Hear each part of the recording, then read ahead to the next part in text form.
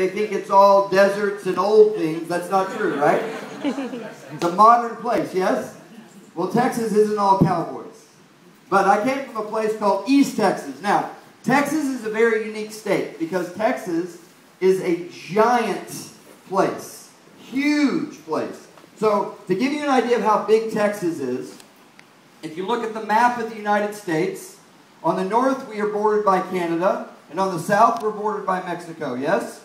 Okay, well, the distance from the bottom tip of Texas to the top tip of Texas is further than from the top tip of Texas to Canada. It's a big place. In fact, part of our history is that when Texas came into the United States, we volunteered to be a part of the United States, and we made them agree that we could split ourselves into 5 other states whenever we want because it was so big. And it's very hard to govern. You think Israel is hard to govern? That's hard to govern. It's a big place. Well, there's 5 major ecosystems within Texas. And where I was born, they call it the Big Thicket. Do you have thicket in Hebrew? I don't know what thicket would be. But it's very, very dense forest. Tree, tree, tree, tree. You slip between the trees. Forest. You got that? Yep. So I was born in a little bitty town. And my town that I was born in had 1,200 people. 1,200 people. And so, do you know what a redneck is? You ever heard the term redneck? Country. Backwoods. Yes, that's the kind of people I was born to. So, I was born out in East Texas, and I grew up in little towns all throughout my life, and I moved a lot. I moved from the time I was born to the time I turned 18. We moved 13 times. So I was always the new kid in school. Never had a lot of friends because we moved too frequently. And out of school, I went into the United States Army.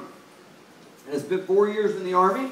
And then from the Army, in the very last section of the Army, I met the girl of my dreams. Her name is Sheila. Sheila is by far 10 times better than me. You should have had her come do the training. Sheila's my soulmate, my everything you could ever want. It's the best girl ever put together, by the way. You need to meet her. Come to the United States. That's the whole attraction, is come to see Sheila. So, meet Sheila. And I get out of the Army. Well, I'm married way up. Any guys here you've ever dated way above your pay grade? You know what I'm talking about? Like the girl you're dating is way beyond you. Like you should be dating a girl down here and she's up here. You know what I'm talking about? Okay. Yeah. She made him. So that was Sheila and I. So I get out of the Army and I see immediately I'm worried because she's going to wake up one day and go, ooh, I married the wrong guy. You know, I married way down. She's going to recognize that. So I figured I needed to get something going. So I went into the technology industry. I went into the software industry out of the Army. I started at the very bottom. My first job, it was what they call in America a sweatshop. Okay? We were literally, I was hired with 44 other guys. We had headsets. We dialed for dollars. We had to make 80 calls a day or we'd get fired. Talking to companies trying to sell technology. And I was there the first day with 44 other guys, and within 2 weeks, there was only 3 of us left.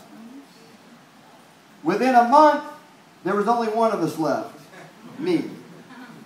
Well, I worked my way up from the very bottom, and I just kept climbing the corporate ladder, got into outside sales, moved into sales management, moved into a vice president role, and then I went and started my own software company. And that went really, really well, and then really, really bad. I'll tell you that story some other time.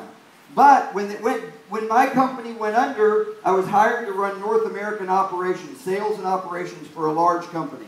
And so when I saw World Ventures 3.5 years ago, I was on the road working 80 hours a week. I was traveling. I would leave home on Sunday nights. I would go to 5 or 6 cities in a week. I'd come home on a Friday night absolutely exhausted. And so I was looking for something. I'm going to just ask you this. How many of you are open to your life getting better? Anybody open to your life being better than it is today? How many of you are looking for something right now? Okay, well, I was looking. And so a friend of mine called me and said, I saw something that you have to see. And so it was World Ventures. Now, I've never done network marketing before. This is my first rodeo.